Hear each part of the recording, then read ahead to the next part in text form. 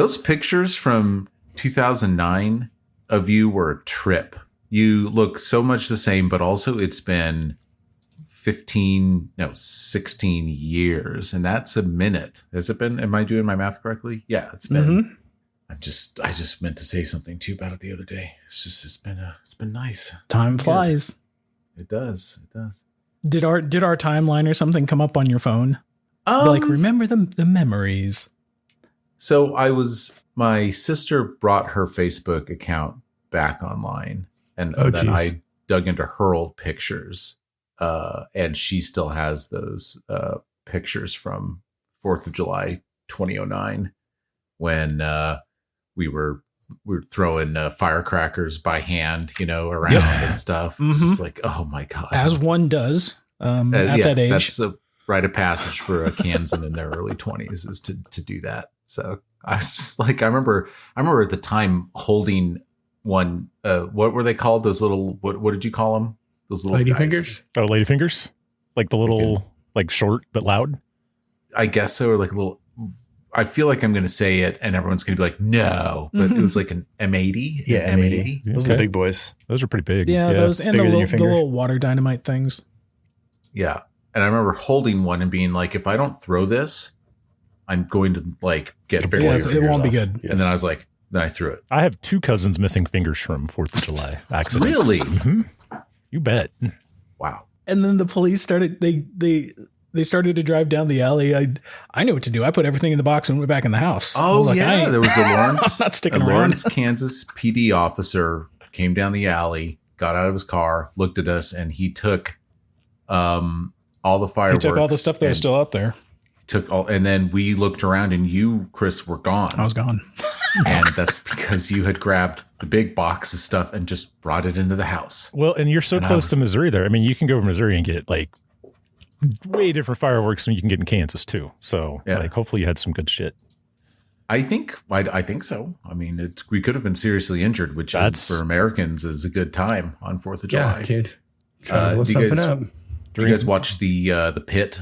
Yeah, which is on that was fantastic. Yeah. Oh, was that not so good? It's coming back here really soon, like next month. The next season is supposed to take place on the 4th of July, so you just know. Oh yeah, then you'll definitely get a lot of gnarly, fireworks injuries depicted on the show. I just can't wait. But I'm very glad I'm not a doctor because I don't do well with gore. Hey. As you describe in detail all the gory shit we do in the game. I know. But there's something about that's different. I can't explain it. Like what's about to happen to this doppelganger guy, I think, in the village of Greengripe. #segue. Og has been thinking about this, and Og is curious, and he asked Sugarfoot, and Sugarfoot didn't respond, so he thinks it's probably true. If he made this doppelganger turn into a human, and he used thirst on it, would thirst count that? Worth exploring, yes. I think. Yeah, can you force a doppelganger to assume a shape? I bet Dry can, and I bet Cereal can with coercion. Oh yeah, yeah, or give Dry May 5 minutes with him. Exactly, bad cop. So, all right, Donnie, let me put Cereal's silver knife to work. Donnie, here's a question for Og. Mm-hmm. What human would he look like? Oh, I don't know. That's a good question. A living character generator human or like a specific person? Who was it Gregory? He would probably look like Gregory. Gregory. Yeah. Oh, Gregory. Yeah. Like old Although I believe he might have been a halfling. Oh. Phil Flipperson. Keston Well, it's funny because, and by the way, people at home, welcome back to the Zero Check Podcast, episode 153. I was thinking about Ginger Bashk. Turn into Ginger Bashk and kill him again? Turn him into Ginger Bashk. I don't know why. It just occurred to me because that's, that was a very notable. Why was Bashk a ginger? Why did we say that? Or was that just something that you came up with? That. Or did I say that? I don't remember, but I do remember him being a ginger. Like that was an ad. That was an ad to it. Jesus. Yes. You know what I think, and as I'm thinking about it more, I had read at that time, the novel Seven Eves by Neil Stevenson pretty recently. Book. Yeah. Oh, so good. Although that third act is tough to get into, but it's got a good payoff once you do it. But anyway, I can't remember the character's name, but there was a very notable character with red hair and a beard and stuff, who was on the International Space Station with them and stuff. For the people at home, Seven Eves by Neil Stephenson. If you can get past the horrific first 200 pages, it's a good novel, good story. Well, hello, gentlemen. You guys want to get back into this Greengripe situation, this doppelganger? We got some questions to be answered. Yeah, questions, but there was an offline discussion as well. Would you guys take the people through? Well, let me recap real quick. You guys went to Greengripe because you believed it to be the source of the Bloom curse, based upon this revelation that the Greengripe goblins have a pickling process that renders their food impervious to the curse. And you discovered other clues as well, we'll say. You guys get there, and as Brad described, you're ready to fight everybody here, and instead there just seems to be like a functioning goblin society full of low-level goblins with like 6 HP each. You get brought in, you get shown the pickling operation. Knock, knock, looks around wistfully like maybe this is a familiar place to him, and you are informed of a few things. Now, your memories are maybe about the same as mine, so some of the stuff that I'm going to remind you of, you may not really remember, but I also have to be honest and tell you that I fucked up pretty bad when I was describing some of the lore of this town to you guys.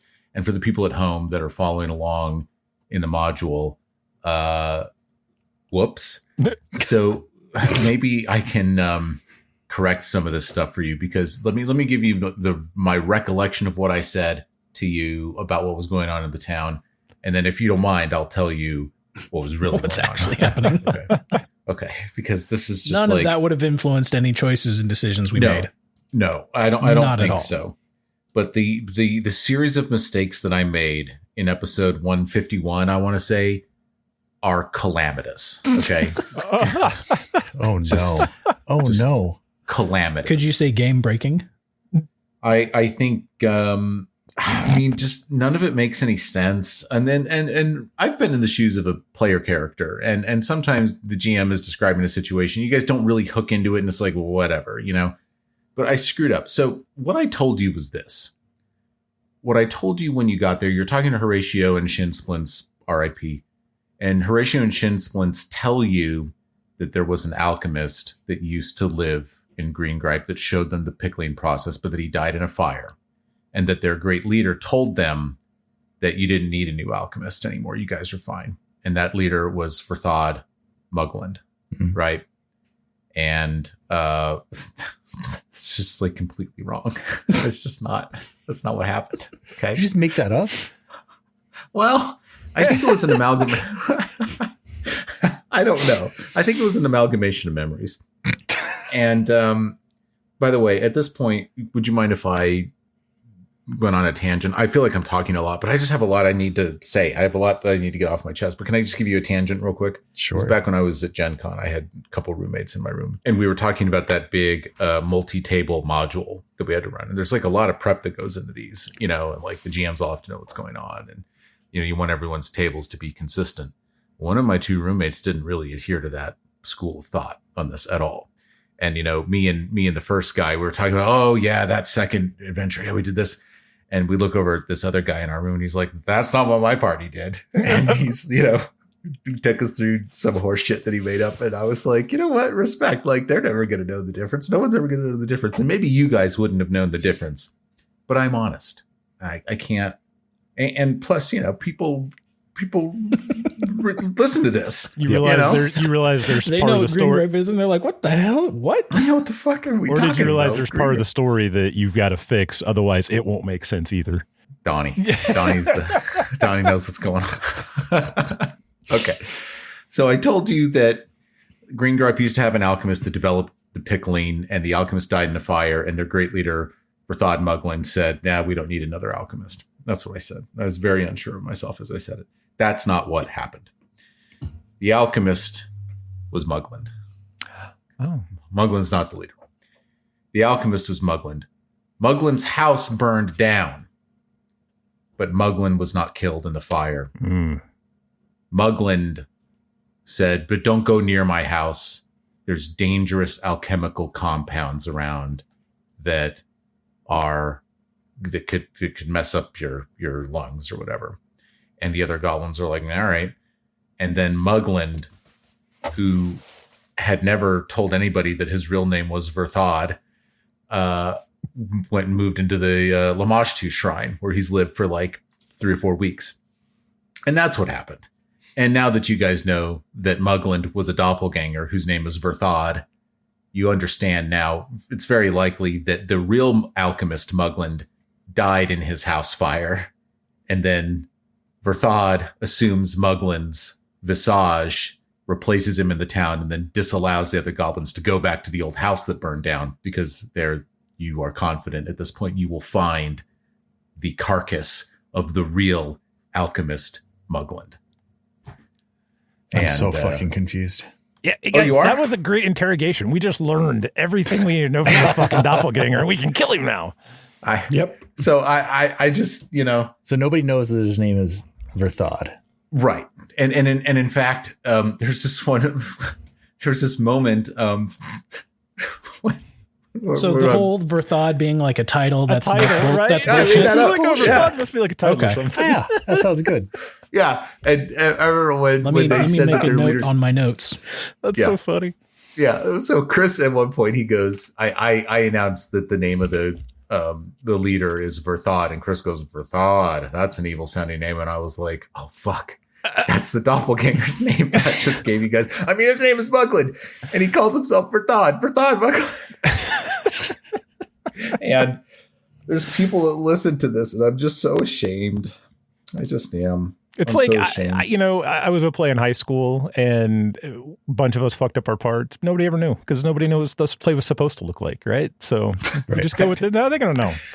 Right, Except right. There's a written script well, out there. Okay, that's fair. The screenplay out there. Well, it's funny, because my wife and I went to this murder mystery presentation once, something for her work, like the work holiday party or whatever. And we're pretty sure it's a whodunit, like who's the killer.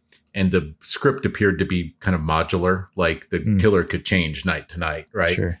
And we thought at the time that the cast might have forgotten some key people might have forgotten who the killer was supposed to be, because the ending didn't really make sense. And we weren't like, it ended, and I looked at Tina and I was like, so who was the killer? She was like, I'm not sure. I don't know who it was. That's funny. So I'm asking for a retcon. Mugland is the alchemist. His house burned down. Mugland came out, confronted you guys. You fought him. Turns out Mugland's a doppelganger. And the citizens of Greengripe have not been permitted to go near the ashes of Mugland's house that burned down like 3 weeks ago. And the obvious theory is that, oh, now wait a minute. I bet the real Mugland is dead. And this doppelganger burned his house down and then replaced him. 3 weeks ago. 3 weeks ago. Okay. The house fire. Okay. Pretty sure. Which, anyway, I mean, who the fuck knows when it was at this point? I don't know. And that kind of coincides with when Bloom events started happening. So, All right, let's kill this guy. So Sirius, after somehow, acquiring all this backstory and info, Sirius. Well, let's just say that the goblins told you. He had a journal. Like who's second and who's assistant or not governor, but leader. Who's number two? Governor. Who's the number two? Who's the vice Horatio? It's Horatio Thatch Patch. He's like 2 miles into the woods right now, though. Yeah. He comes out of Tomorrow Foods pen and sees the doppelganger and says, "Oh my God, that's not Mugland. Wait, I bet the real Mugland died in that house fire 3 weeks ago that we haven't been permitted to go near." That's what he says. Okay, back to you guys. Yeah, and I guess through Og, since I don't speak Goblin, Sirio kind of goes, if Muglin's dead, does that make you the leader? Og? Are you the boss now?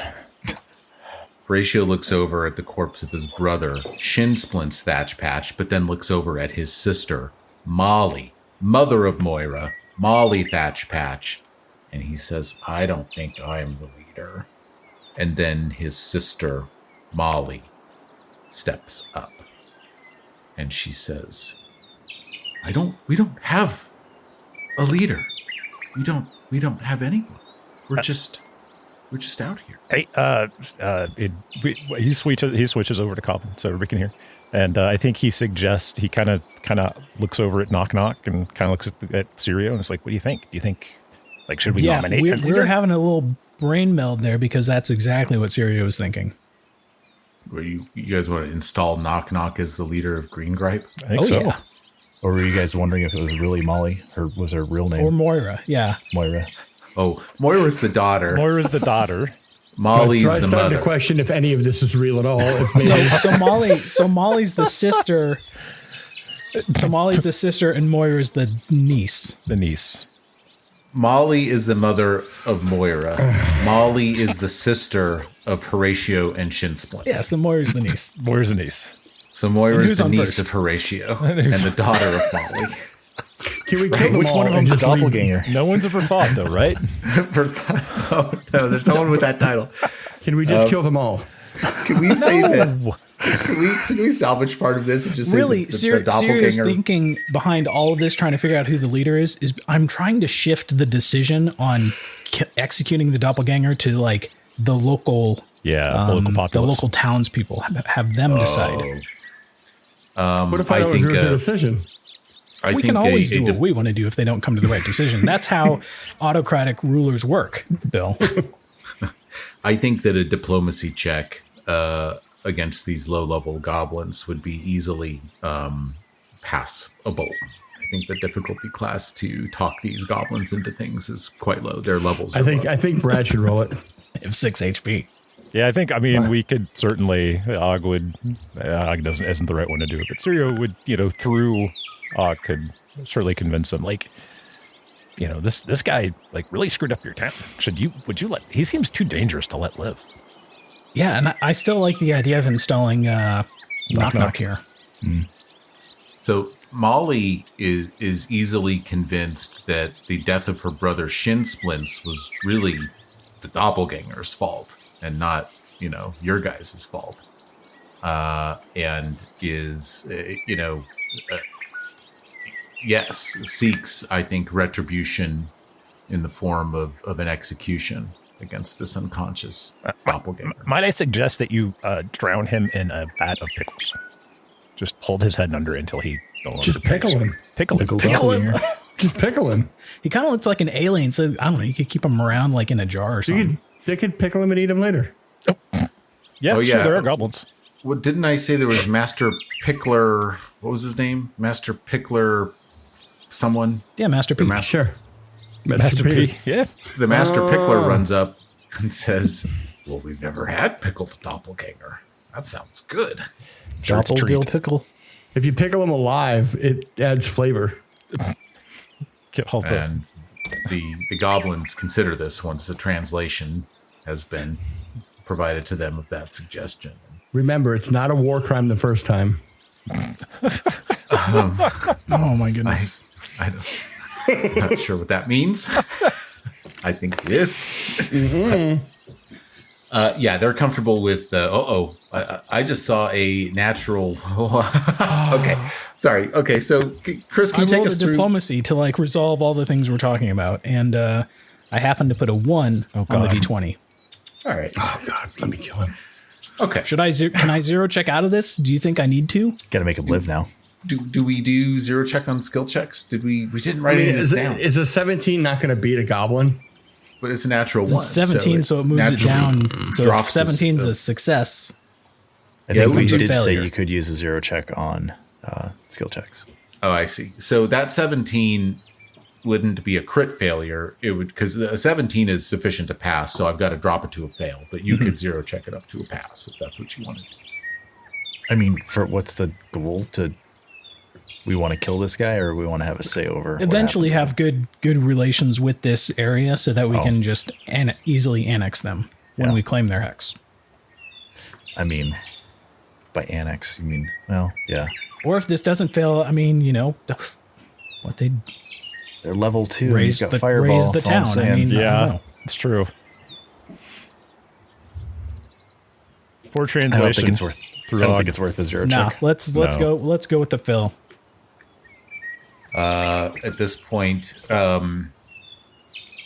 Molly and Horatio look at each other, and through body language, you ascertain that they're realizing that they need to step up together as siblings and like run this town, and that it's all coming together in their minds that like, okay, they were infiltrated by this weird doppelganger. Why did this happen? What do we do? And Molly and Horatio look at each other, and they look back to you guys, and they know that they're not even sure where to begin to try to execute this guy. And they ask you, first of all, who you are, why you're here. They thank you for your help. And then they ask you, will you take this monster away from our town? Og relays all this. Yeah, we're kind of having to play telephone here a little bit. And then they offer you a pickle banquet. No. Yeah, when Ciro hears about the invitation to a banquet, he takes that as an opportunity for like a formal meeting to open diplomatic relationship. So Yeah. I right. dropped the ruse at this point about being what did we initially come here as? Pickle inspectors or something? Like, oh no, we wanted to trade. We were traders or something. Yeah, right? like you had like a business concern, and you maybe wanted to distribute the pickles or something. No, I tell them about our kingdom. They seem pretty isolated here, but maybe they've heard of Shrikehaven, or at least the Stag Lord's former fort. They've not heard of Shrikehaven. They've heard of the Stag Lord, and they knew of him. And first of all, they weren't sure whether he lived or not. They're relieved to find that he died like 5 years ago, which again, for goblins is kind of a long time. But they've taken efforts to remain secluded, to stay off his radar. It's like, that whole dark forest theory thing. Like if they just stay here and don't reach out and stay isolated, that was their way to stay safe.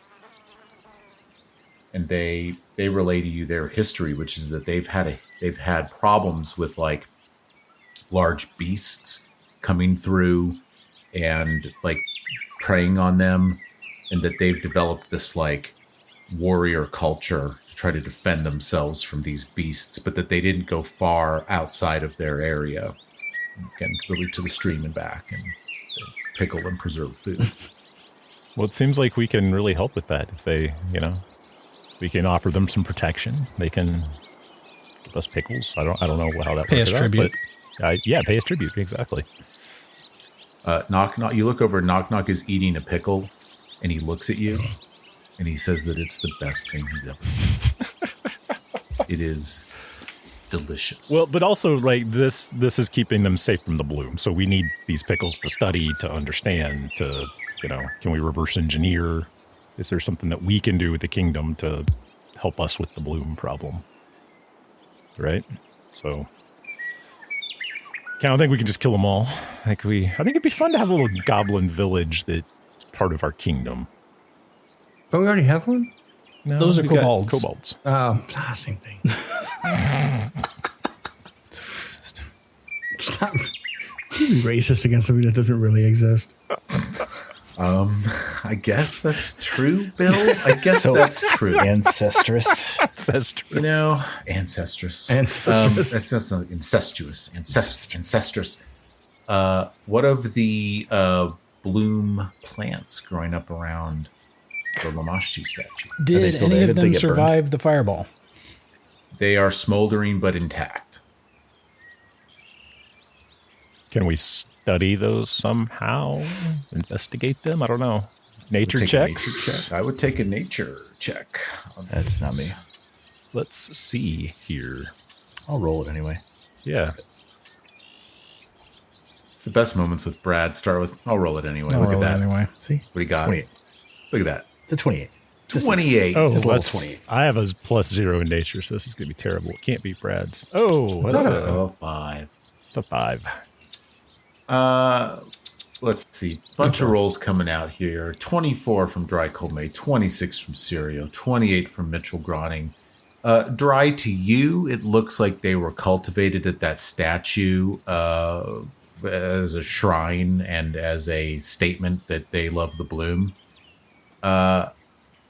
Sirio and Mitch understand that that was the intent, but that these were cultivated here and placed here. These weren't created through like a ritual or something. It almost looks to you guys like it was staged here. Looks like they were clippings that they brought from somebody or somewhere else and planted here, and they've taken root. Okay. And do the goblins, I mean, I assume it's this doppelganger that put this here, but can the goblins confirm that? Like, they confirm that. Okay. Yeah. The doppelganger Mugland put those here a couple weeks ago. I have a theory. Do you want to run that theory past the doppelganger? So I pick up the doppelganger by his shoulders and I shake and I scream in his face. I say, "You were here to, you were here to get rid of the seeds, weren't you? You knew that they were going to stop the bloom." And I smack him. Ouch. All right. The doppelganger wakes up, and I assume he's bound, and you're holding his thin frame in front of you. He's actually hanging upside down. We've got him suspended by his ankles from a rack. Actually, Bolton has him. He's holding him up. Bolton's holding him up. Upside down. Are you like holding him by his doppelankles? Yes, by his dankles. By his dankles. All right. His doppelhangers. We open on Bolton, holding, what did you say, Donnie? Doppelhangers. His doppelhangers? Yeah, he's hanging from his doppelhangers. Okay, so Bolton has the doppelganger hanging by his doppelangles with his doppelhangers.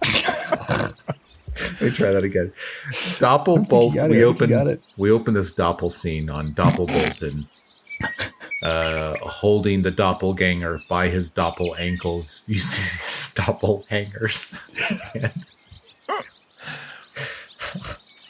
Why do you guys hang out with me? I don't know. God, I'm sorry. And Mitchell punches him in the face, and the doppelganger wakes up. And the doppelganger screeches and hisses, but then reverts to a silvery speaking voice in perfect common. And he goes, "The jig is up. Hello." What's the jig? Tell us. "I'll die first. There's no fate for me, is there? We can skip to that. I know what you do with my kind." What is your kind? I mean, but the manner in which you go out, does that matter to you? And how quickly? Quick, slow, pickled alive. Pickled. He quiets a little bit at this, and he says, "I didn't think you do-gooders were capable of torture. There's no alignment now. anymore, Maybe Mr. I was wrong." Yeah. And apparently all the AI bots out there think we are villains. We're not good. Oh, yeah. Can you tell the people about this? I don't know. I was just asking Grok a few questions about the podcast, and it says things Does were Grok villains. listen to the podcast? He said he'd listen to the podcast, yeah. Man, that's nice of him. Yeah. For all those downloads. Mike, did you see a spike in downloads to California? We have downloaded all of them. And we have a spike from time to time. Now and again, someone downloads the whole catalog.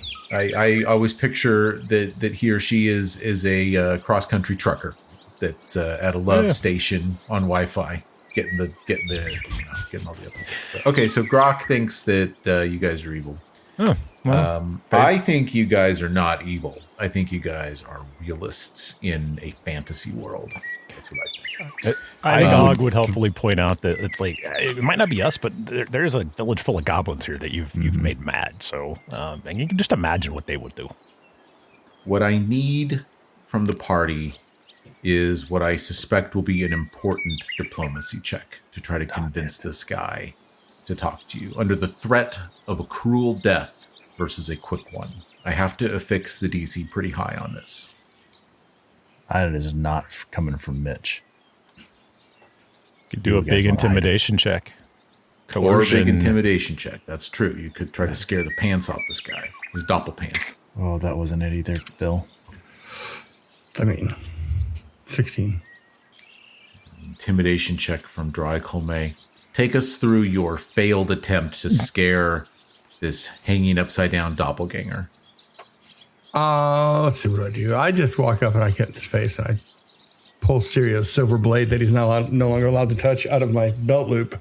And I just kind of run it along his face, maybe a little around his neck area. Does it get weird, like sensual? Like I'm whispering in his ear. It goes the wrong way. I think that's why Play it with failed. his long tongue. Got a little sensual. Try got a little hat, got a little touchy. Just didn't quite go as planned. It got weird. Getting frisky with the doppel stranger. I mean, what can he change into? Let's be honest here. You can change into anything. Getting that doppel strange, man. If you want to get real weird, he starts to change. He begins changing into a woman as you do this. Oh, is it what's her name? Fucking Jathel? Well, that'd be weird if he knew our backstory. That's even creepier. Doesn't change into Jathel, but he changes into like, you know what he does? He changes into like someone that looks a lot like Dry Colme, but is a woman. Oh, that's Bolton, unhand that woman. Bolton goes, boop, boop, and he looks at Mitchell. Now I'm going to walk away and then rethink my strategy. All right. I think it is down to the king. A diplomacy roll. With an aid, I assume, from somebody. What do we aid on with? I would think probably diplomacy. Oh, that shouldn't be Og. Yeah, that's why I rolled. I'll try an aid. Intimidation. I got a +9 on diplomacy. Here comes the aid check. Oh, it's only a 15. That's a pass. Oh, that is. Okay. Yep, there you go. All right. So you're getting some aid. Well, I guess we're speaking common. Never mind. So you'll get a +1 bonus from Mitchell. Come on, Chris. This check. Trying to see if I can activate any of my items to help out with. Mitch would be thinking out loud, gosh, I wonder if we can reverse engineer the bloom to implant it into this guy. See how it looks. Oh, that's bloom fun. Him. Mm-hmm. Well, and then maybe we get what's the animal or the beast we got to kill to get the statue undone? Oh, it's basilisk. So we can get a basilisk out of him. So can we turn? Yeah, can you turn into a basilisk? I don't think it's basilisk blood though. I think it's still. That's true. It'd still be doppelganger go. Well, I'm saying if we bloom him, maybe we get the basilisk out of him. It's worth a shot. Oh, basilisk would arrive. I've got a table that I roll on. By the way, I am trying to give you guys a good chance of getting a basilisk, but so I'm about to roll this diplomacy check here, but I'm trying to think of what I would say diplomatically to convince him to. True, I'm amenable to RP based bonuses to spill the beans. What he doesn't seem to be. I mean, he seems at peace with his fate, but yeah, he probably isn't interested in torture. I wonder if you could, from my perspective, him. It's down to whether he believes. You could flatter him and see if you can, like get him to give his Bond villain monologue. Before I do this, I'm going to try and use my diplomat's badge, and so you can activate it once per day. To make creatures try to find you more agreeable or to find out about them. Attempt a DC 20 check to recall knowledge about people of a human ethnicity, a non-human ancestry, or some other type of creature. Doppelganger. If you succeed, the badge's bonus increases to +2 for diplomacy checks with creatures of that group for the rest of the day. So I'm going to try that right now. So it's a knowledge check on doppelgangers? Mm-hmm. Nice. Okay. Would that be... nature? Let me give you the skill on that. I believe it is society, but let me get him pulled back up. Can I roll 8 on that? I say yes. All right. Lore Master Lore to aid. 23. You aid. Yes, it is a society check to recall knowledge on a doppelganger. Yikes. Okay. Probably not your strongest, is it, Serial? No. What does aid give me? +1? Yep. Oh. Yeah. Natural 20. So it is a 28. 20. Well, I minored in doppelgangers. This is amazing. We have to think back through Sirio's backstory to think why he must know so much about doppelgangers. Perhaps as a child, I have no idea. you encountered one. I've read a little bit of the doppelganger article to you guys. Would you like me to reveal some more things to you about doppelgangers? Yeah, if it could give us any insight on what to convince this guy to tell us who his leader is. Yes. So they, as you know, they can infiltrate settlements and reside within them for years without being detected. Doppelgangers are incredibly secretive, with some nearing outright paranoia. They choose their targets carefully, and they go to great lengths to not reveal their intentions before their plans come to fruition. Doppelgangers usually infiltrate communities in order to gain some manner of wealth or power. Usually. In this case, maybe not. They assume the guises of other, usually influential persons to allow the creatures they are impersonating to take the fall for any negative consequences that may result from their actions. That contemplates that their target is still alive somewhere, right? In this case, I'm pretty sure Muglin is dead. Though most are not evil, doppelgangers are manipulative and they are self-serving. As they don't have their own society and aren't monolithic in their motivations, an individual doppelganger has its own unique interests and impulses, though many are overindulgent. Some doppelgangers enjoy the thrill of subtlety, while others favor grander schemes, such as manipulating a nation's political infrastructure. Others seek to exploit merchant guilds to gain immense wealth, while others use their shape-changing ability to destroy relationships between close friends or even families. They are careful, and they are patient. They are willing to slowly construct elaborate schemes that may require extended periods of time, even decades, to yield results. They often work alone. They don't trust potential cohorts to not ruin their plans. There are rare times when doppelgangers might reveal secrets to high-ranking individuals to ensure a successful infiltration. When they do work with others, it's because they've taken the shape of a target group's leader, unbeknownst to the organization's members. So that's kind of the long and short of that. All right, Mr. Doppelganger. We will let you live if you're willing to make a trade. I'm listening, he says. In the future, we may require your unique abilities to infiltrate a rival kingdom. Have you ever worked with other groups to do something similar? Okay. I will lower the DC. I like that. You're asking him a question. I want to know how influential your flattery of him has been. I would like you to roll a diplomacy check right now, please. All right. 23. So that'll go up to a 25. 4 with aid. 24. And then the +1 from that diplomat badge. 25. Nice. He goes, what do you think I'm doing right now? Of course I'm working with an organization. I work for the Cult of the Bloom, so I think I'm qualified. We could ask for references. Maybe it'll be that easy. Yeah.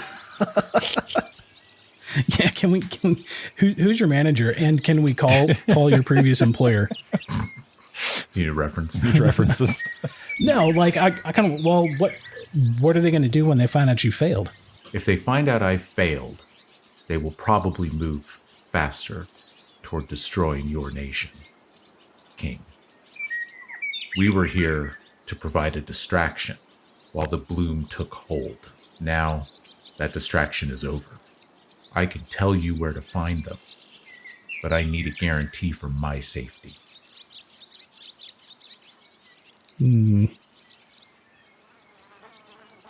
Hold that thought, Mr. Doppelganger.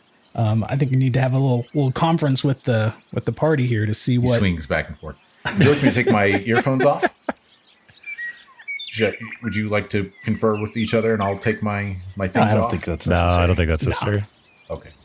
I mean, I think like take him back to Shrike Cave and throw him in a cell, and he's there if we need him. Yeah, I mean that would ensure his safety. That's all he asked for, right? He says. By the way, how good is he hearing? Can he hear us? No. I'll ask the questions here. I don't know.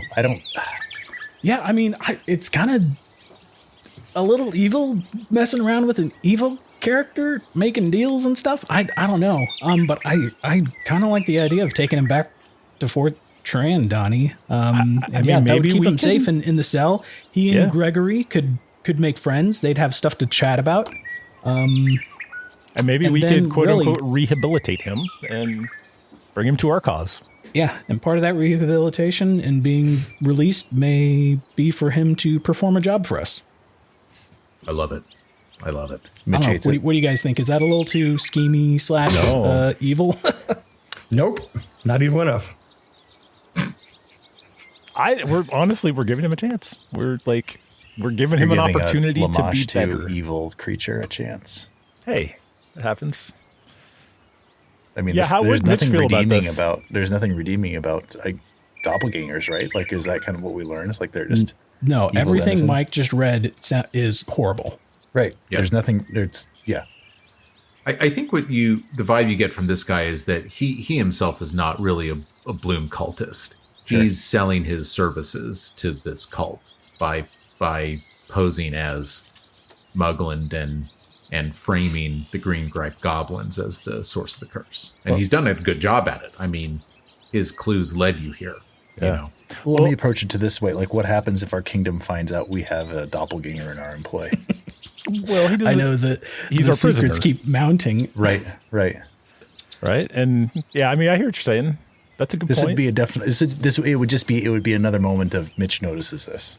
Mitch notices this, right? And that's the way his character's been so far. So I don't know. Like And then I mean, once he's back in Fort Trent, he's locked up. He gives us information. Right. We validate the information. If it's not true, well, you run your chance. And if it is true, then he's at least providing value. Doesn't mean we have to give him anything else. He can stay in that cell forever. But if the information's good, the information might be worth it. Yeah, I mean, he's not going to Mitch isn't going to leave or anything. He's just going to say that he doesn't agree with it, but King's a king. Dry, any input on this, or do you want to do something different? No, I'm good with whatever you want to do. I want to kill him, so I mean, it's whatever. From an intrigue point of view, like having a doppelganger in your employ is a pretty cool. I just don't trust him. Awesome tool. I mean, look, Dry doesn't trust him. There's no way Dry's gonna trust him. He's a doppelganger. He can look like the king one day, and none of us would notice. So, I'm just not gonna. I just don't trust it. So I just don't trust it. So you guys, the king can make the final decision. He can do whatever he thinks best. I'm still not going to trust him.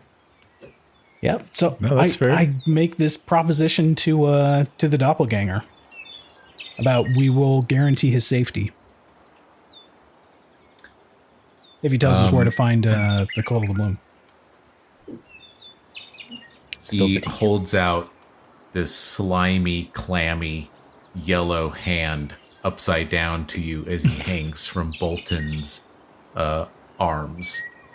And he asks for your word and asks you to shake on it. Yeah, don't touch him. Don't touch him. I ask Mitch if he can have Bolton lower him down so he's kind of like not all upside down and stuff. So he's not doppelhanging anymore. He's doppelstanding. Yeah. Bolton just drops him. Yeah. And then before the handshake, on which hand is he holding out? His right hand or his left hand? His right. His right hand. So I say we gotta mark each other so that we can tell who's who. And so Sirio pulls out his dagger and marks a plus sign in his palm.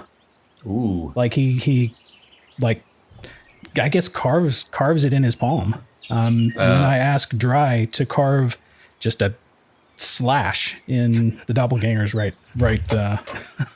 palm. Dry cuts his hand off on accident. I mean, it's not going to be that. Don't shake on it. So okay, so it's a plus sign in the left palm and a slash in the right palm. No, there's a plus on my right and a minus on his right. Wow, that's pretty cool. Tries to just carve in case, the word minus into the guy's hand. The word minus. So the doppelganger watches this sort of he's almost kind of not amused, sort of like enthused by it. Like he thinks that this is because I think it'll give him, I don't know, not more of a reason to go along with it, but just more of an assurance. Be like, okay, they're taking measures that if I'll still be. Maybe he's thinking he'll live through this. He does it so quickly.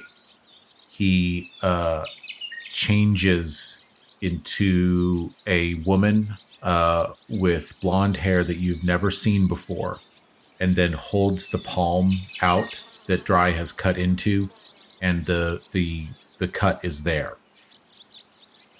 And, like you feel as though like what he's telling you is like this will show. Like it's permanent. It's permanent. All right, we shake. Boom. So he reverts back, shakes your hand, and then he holds his forearms up, and he says, I am in your custody. And once he's installed back in your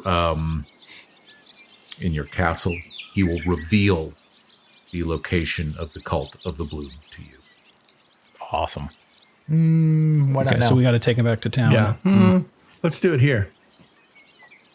We could have him doppel shift into something as we roll into town. He tells you that out here, his safety's not guaranteed. He wants... The roads are dangerous. He might not make it back. None of us are guaranteed a return. He just nods, says, I understand, this is bullshit. Thinks this is like you guys going back on the deal. He said you guys were going to take me to the... We guarantee your safety. We didn't guarantee your transportation anywhere. I guess he took it to mean like you'll put me in a cell. Well, then you should have gotten it in writing, sir. People...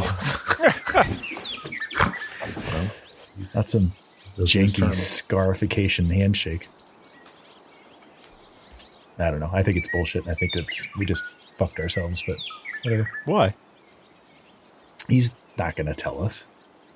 Well, then we'll kill him when we get there. Okay. He might give us information that gets us to the cult quicker. Or he might send us on a wild goose chase and we have to kill him anyway. So, can he give us anything? He really doesn't want to. He wants to... This is life. That's nice. Tell us about the alchemist you killed and what we can find in the alchemist place. You got to give us something. What was his name? Mugland. Poor Mugland. Poor Mugland. And he's big, toothy grin as he says the name Mugland. Oh my gosh, this guy's so evil. What he tells you is that when he first arrived at Greengripe, it was Moira that he impersonated, the little young goblin. And it was quite a dance to make sure that he and the real Moira were never in the same place at the same time. As he surveilled the community over the course of a few weeks, he identified that Mugland was the correct target to murder and replace. Once that was decided upon, it was a simple matter to kill Mugland with a house fire and then convince these stupid goblins, these superstitious goblins, to stay away from the alchemist's house. And then was the plan to stop them from spreading the seeds of the cure, or was it? He says first he says you'll find Mugland's corpse in the house to this day. He says he's there. He tells you the plan was to lead you guys to Greengripe, tie you up here as long as possible so that the cult of the blooms true plans can come to fruition. Here's what Verthod tells you.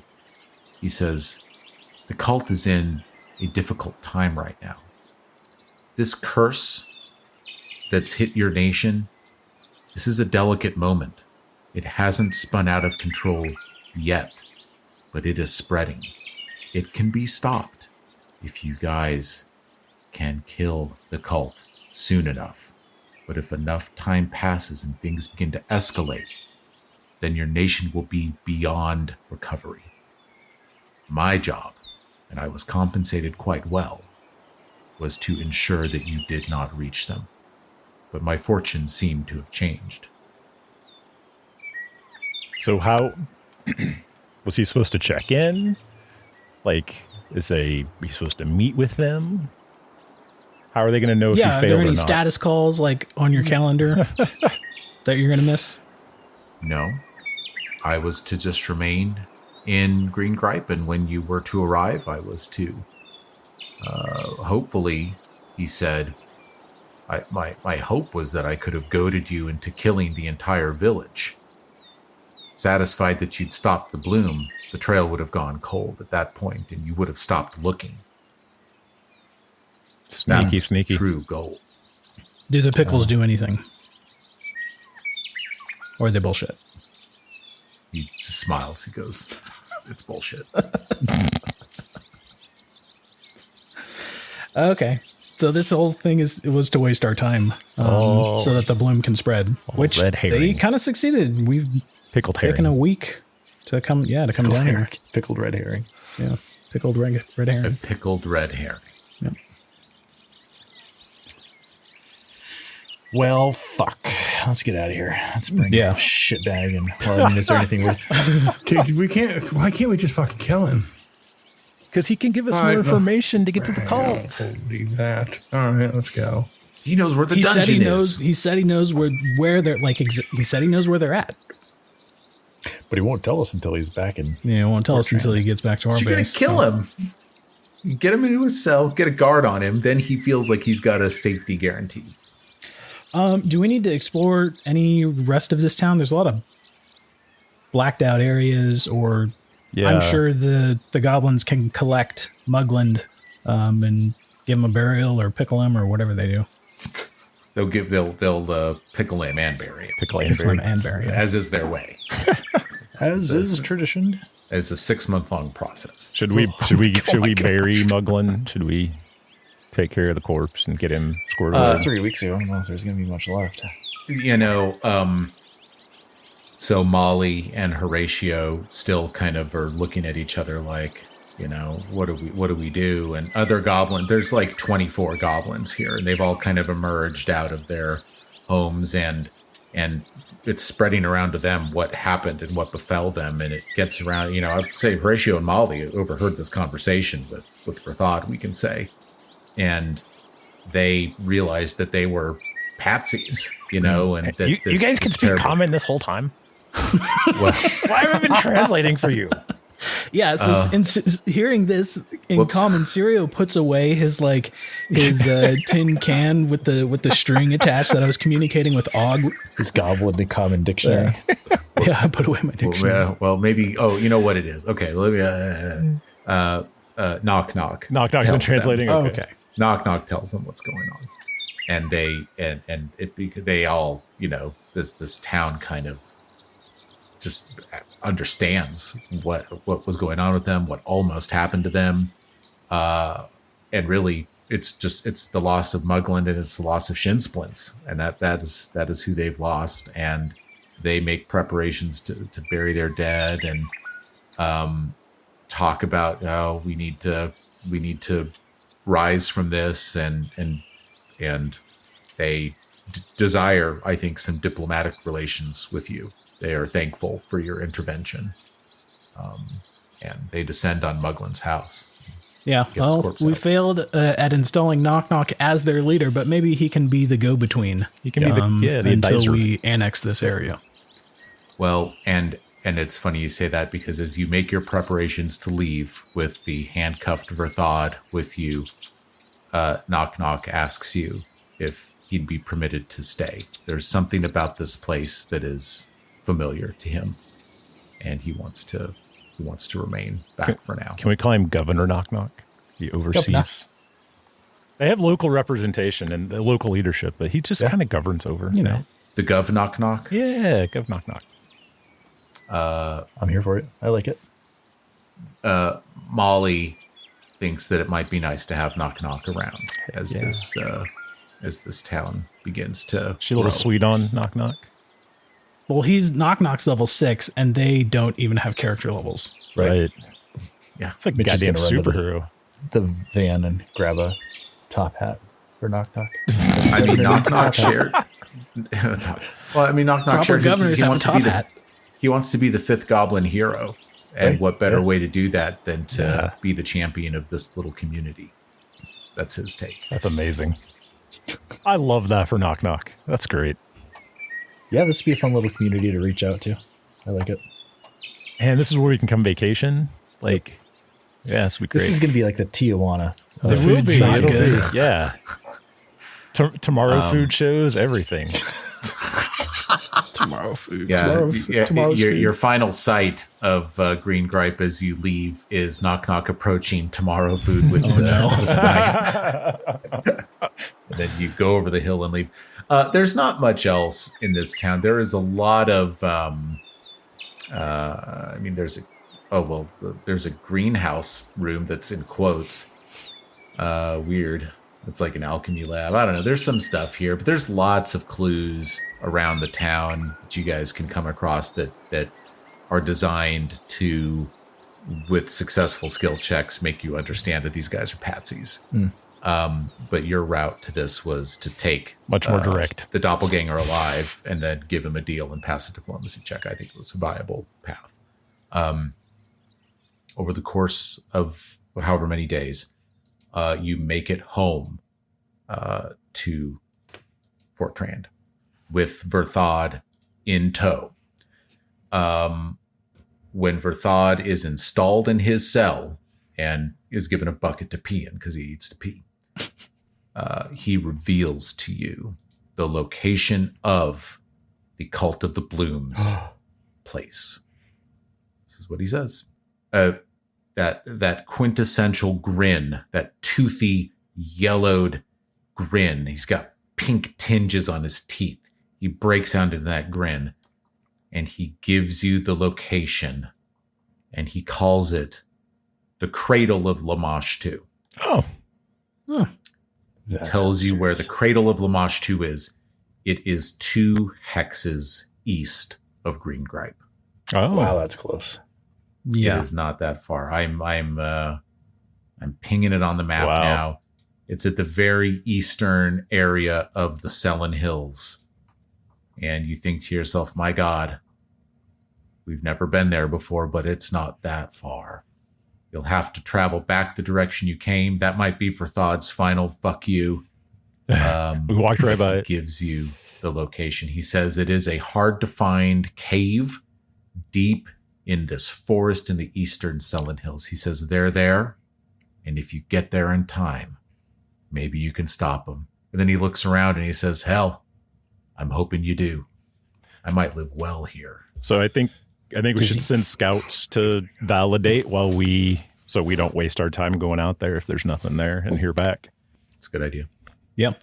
Gentlemen, we will knock out a bit of kingdom management next time. And my assumption is you'll set off for the Cradle of Lamash 2. I will see you, gentlemen, in episode 154. 154. All right. Go to Lamash 2's Cradle.